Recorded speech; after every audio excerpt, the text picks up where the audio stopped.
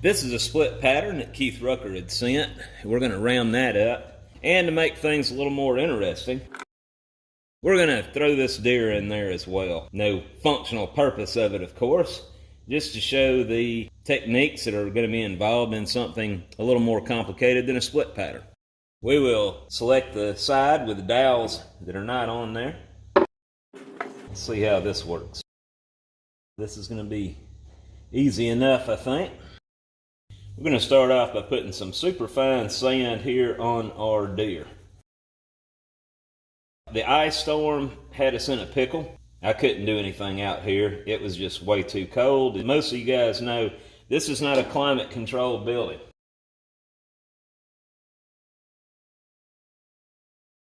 Quite a bit of facing sand around the antlers. Got a lot more build up there with less mass. My cousin is keeping the roads hot today.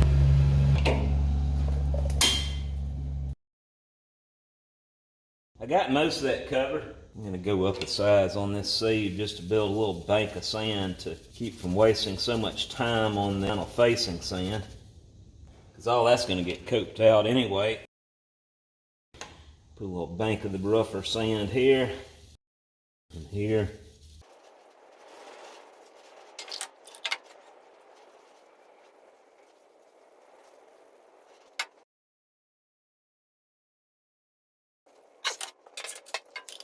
Now we can go with a little bigger grain.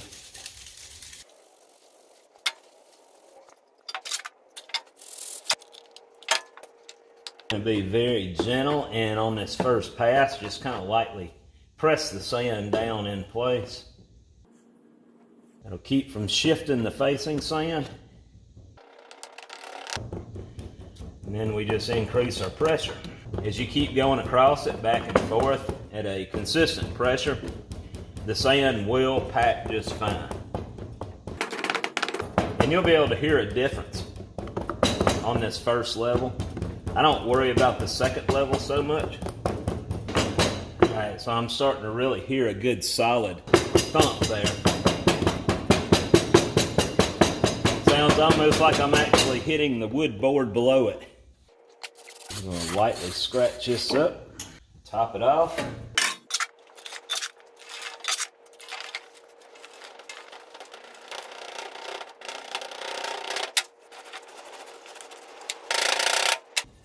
Bind these edges a little better. Chunks of iron. All right.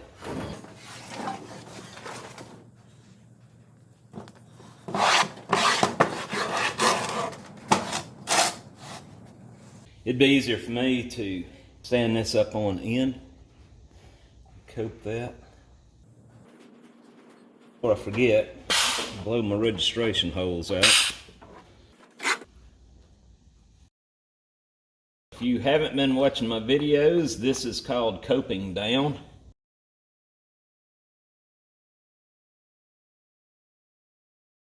We've got another leg head here in the background we've got to bring out.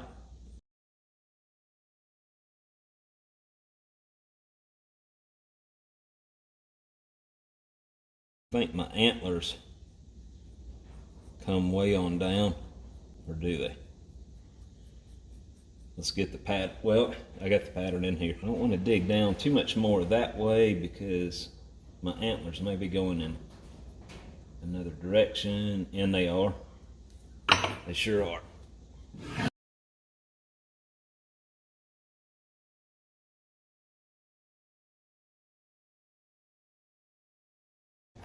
See how I'm kind of angling this back end to where I don't go straight down?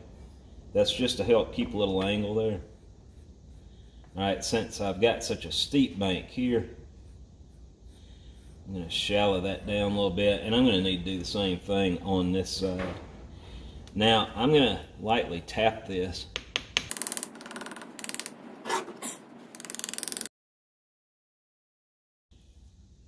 I can tell right here I need to go down just a little bit.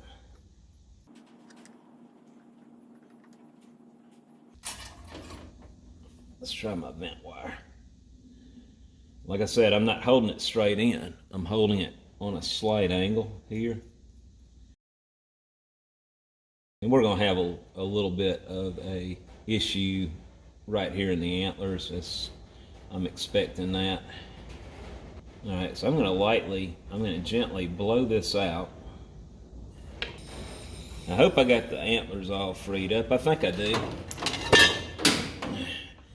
I'm worried that I might have a spoke of the antler still going down in there, but maybe not. If we do, like I said, that's what a grinder's for.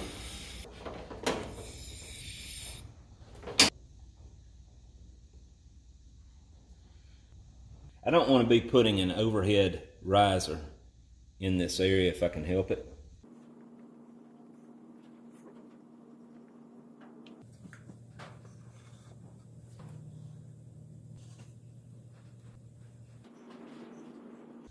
And the riser's going to block your view there. I apologize for that. All I'm doing is putting the finest facing sand down.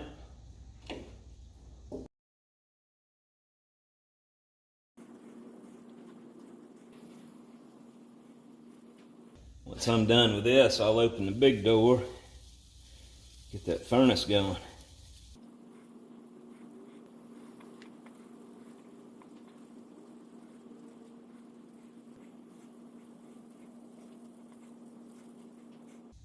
Good enough.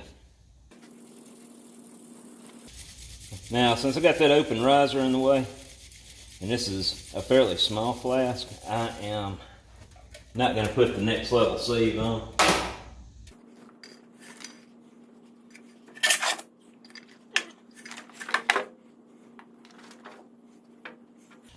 And I won't be able to use my regular rammer, so I'm going to use this thing.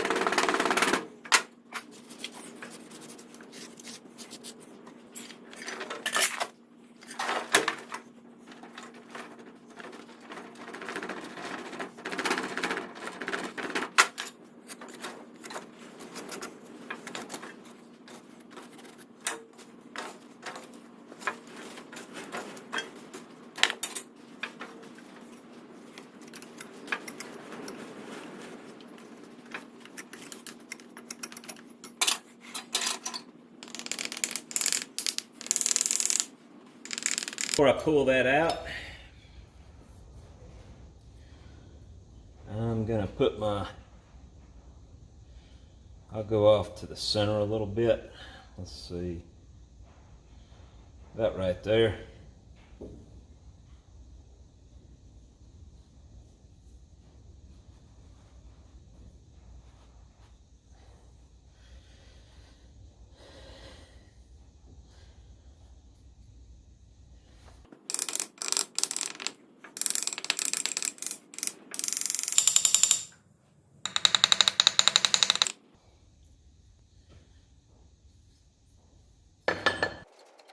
Looks good. Our pouring basin will be right in here.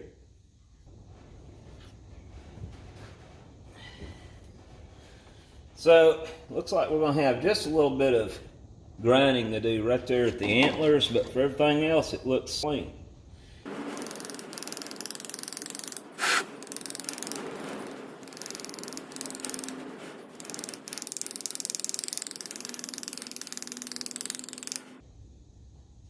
Bammy's being difficult, y'all.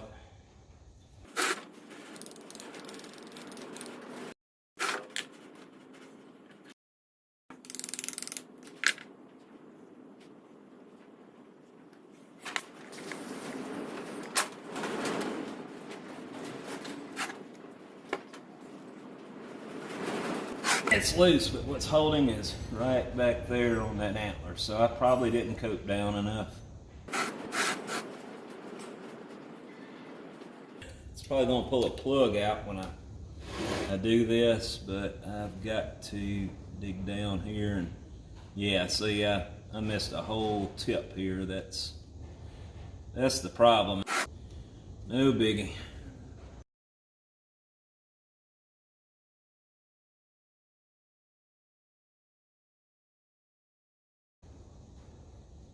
Usually on work like this, you would want to dump the first side of it and re-ram it all over again just to get all your parting lines established. And you know, this is going to be a demonstration only. This is the part that matters right here.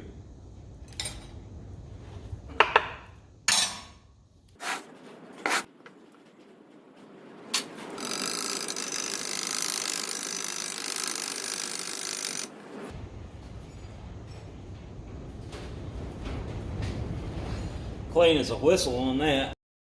I'm going to do my gating under the parting line. And I'm not going to reposition the camera for this. I will tell you that I'm going to tap into the belly of Bambi here and feed right there. And then I'm going to just cut in here.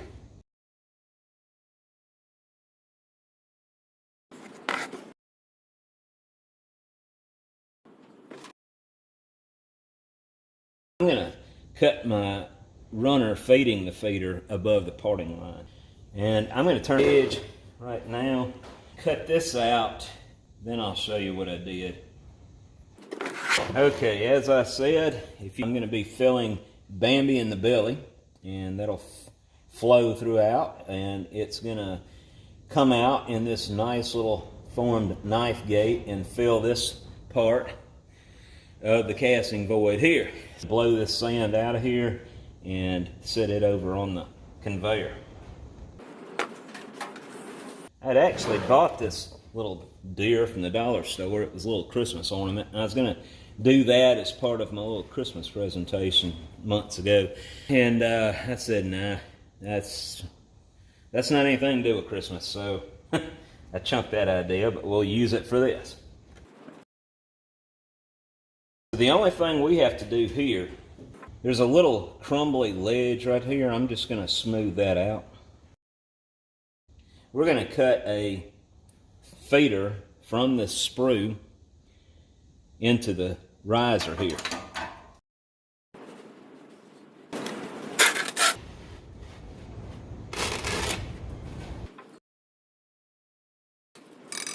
Alright, because I'm so close to that riser, I can't just hit it this way. I got to be careful. I could knock a whole wall of sand off there. So this is pretty much going to be slightly on an angle. I'm doing kind of an acute X pattern there.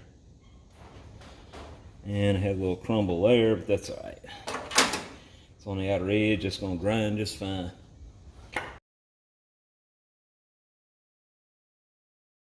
We're done with this side. All I got to do is cut the pouring basin on the top of the sprue.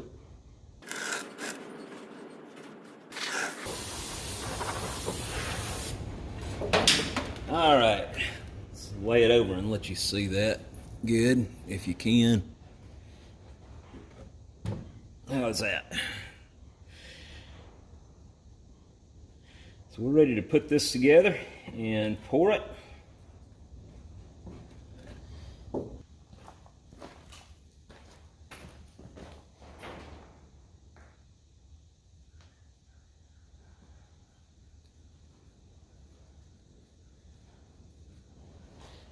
And I'd say we're ready. Okay, we got this ready, and I'm going to be pouring all of these today. With that said, I was hoping to get all this done before 12 o'clock. I usually give things 3 hours once I light the furnace until I shut down, 2 to 3 hours involved in the pouring time.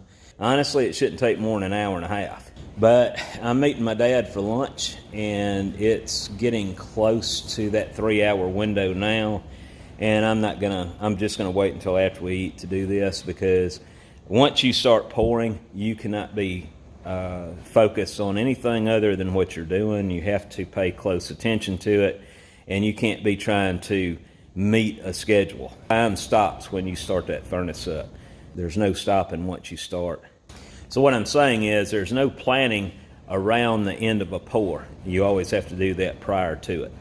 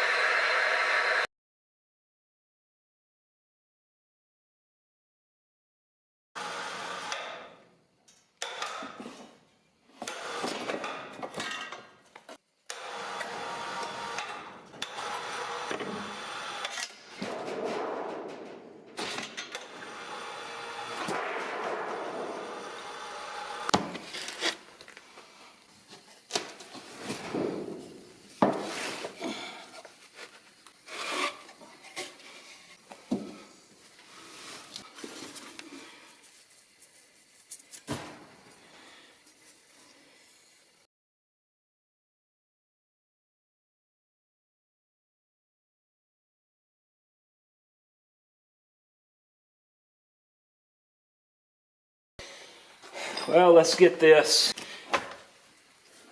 cleaned up a little bit, knock some of this sand off of it.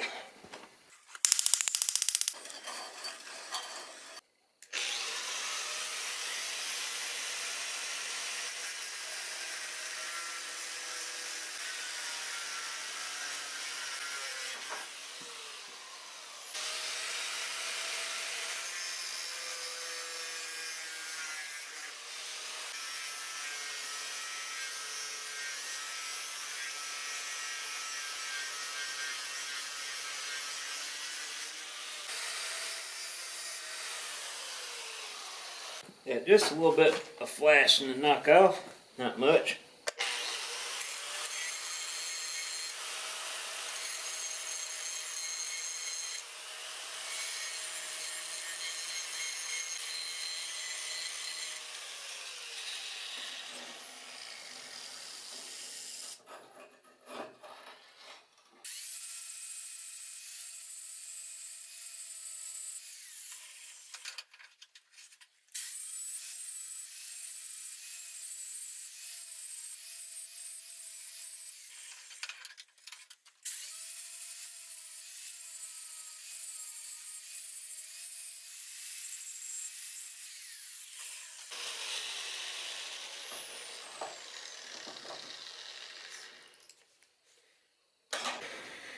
All right, this is the part.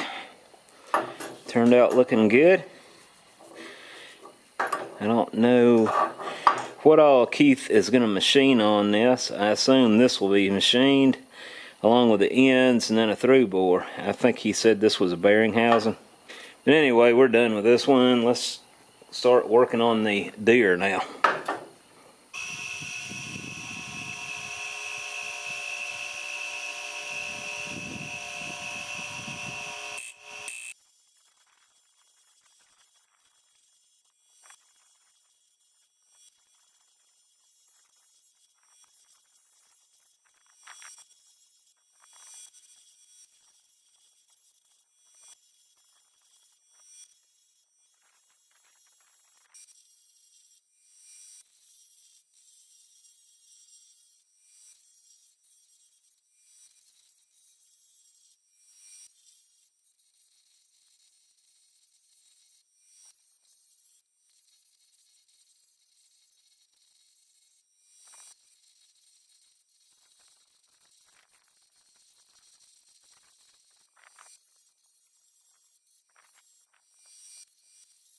All right, this is it. This is all I'm going to do to it.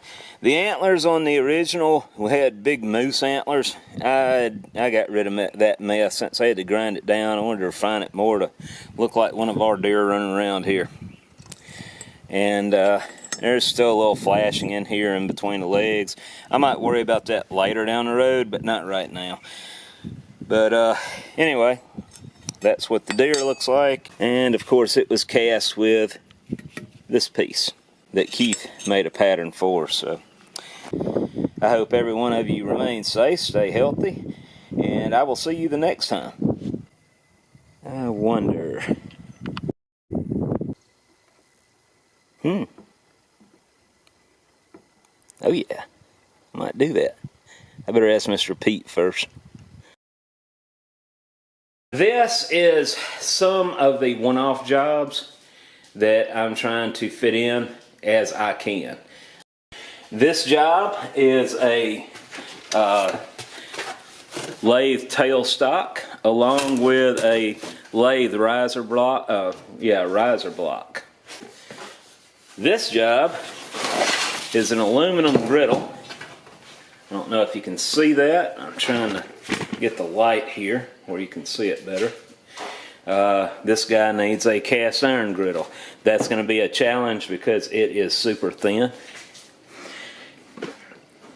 This pattern here is this goes on a 1914 Chevrolet car. And he made the pattern. That's this right here. He did an excellent job on that. And so we will get this cast at some point very soon.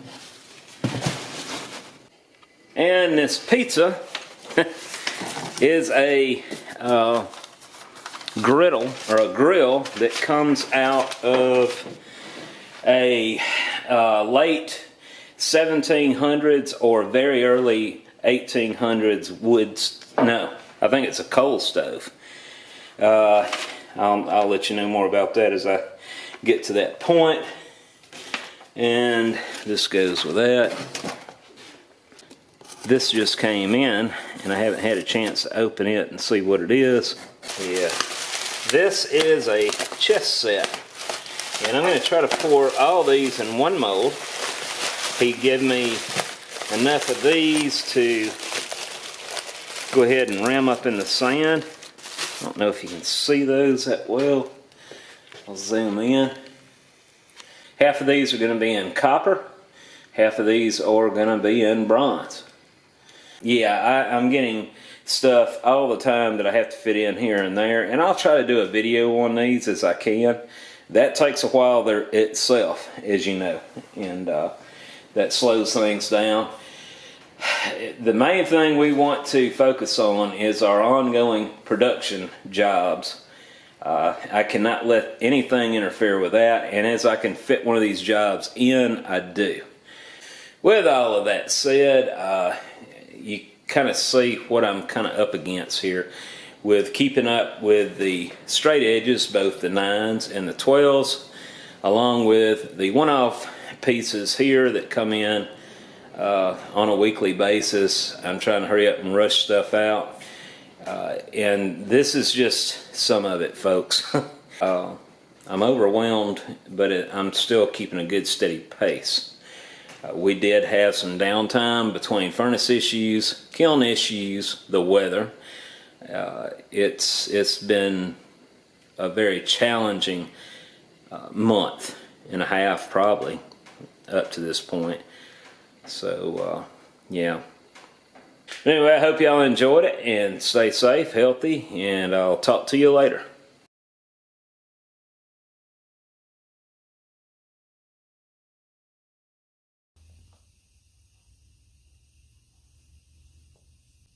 How long has it been gray?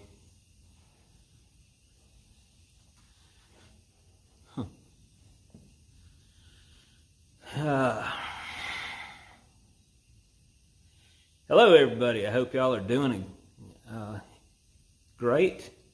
That's really bothering me. I got good news and bad news, and then good news. The first good news. This is a follow-up on the last video I made. Got everything back right, got my heat right. I am pouring good quality iron and I feel good about it and I am ready to roll. The bad news, that ice storm that hit the south in Texas, that had me shut down all week. I wasn't able to mow any sand. You can't mow with ice. And it's been bad.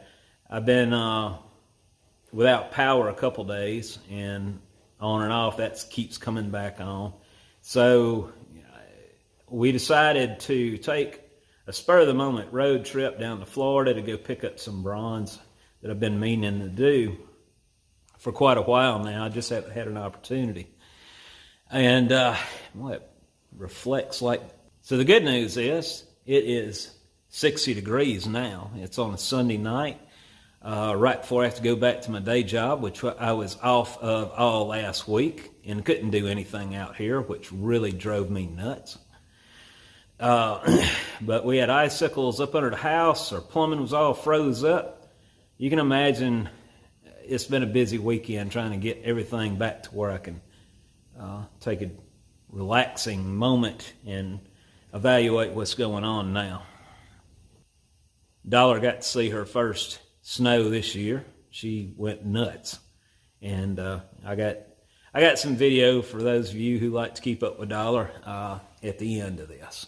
Those of you that were affected by the storm like I was, I hope you are recovering now from it. My sister lives in San Antonio. As of yesterday, I believe she said they got 6 inches of snow. That's what it is. I will have regular videos coming back showing what you signed up for. All right.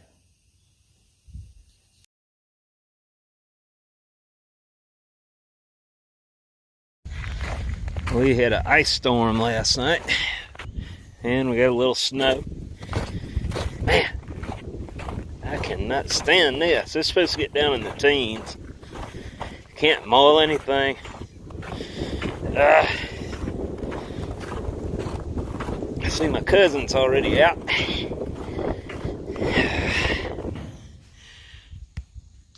22 degrees out. Hey, Dollar. I've had Dollar in the house. Oh! Alright. Hey, buddy.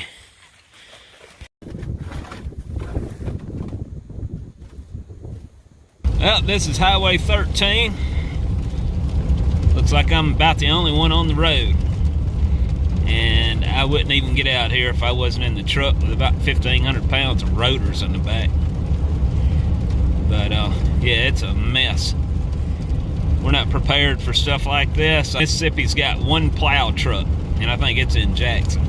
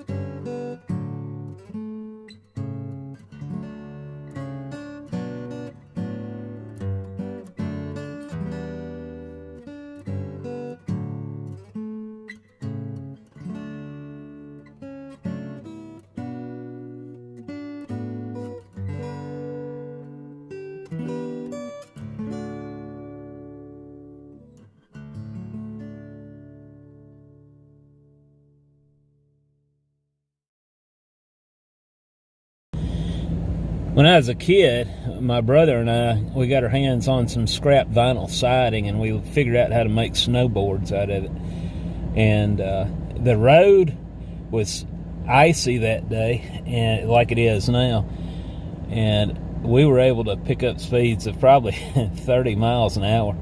So the hills, of course, are a lot steeper than that dropping off. So we were really able to pick up some speed there.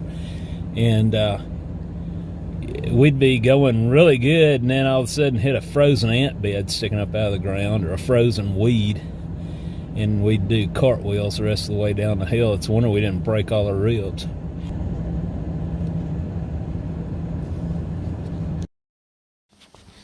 Alright guys, this is really roughing it for us down here. This is an old kerosene heater I found on Marketplace or Craigslist several years ago for $50. I will tell you, that was money well spent this time around. It'll heat for about 8 hours and use about 2.5 gallons, 8 to 10 hours I think. It did jack the heat up in the house to about 40 and 50 degrees, which was a lot better than 20 outside, but it still wasn't enough. Well, we've had enough of the primitive living. I am at Buc-ee's down here in Florida. We may still be in Alabama yet. We're about 20 miles from Pensacola. I've got to make a run down here and get some bronze that I've been putting off for the last 6 months because I haven't had a chance to break away and get it. Well, with no power, I may as well do that now. But the old $1,000 special Ford made it so far, knock on wood. Well, while we were here, we went ahead and went big and ate some seafood, which was delicious. I didn't get to see Adam and Abby. We would normally run into them while we're down there, but they were off on a road trip themselves, trying to go further south. I will say that we enjoyed having a good hot meal in a functioning infrastructure for a change. So anyway, I hope you all have a good day, and see you soon.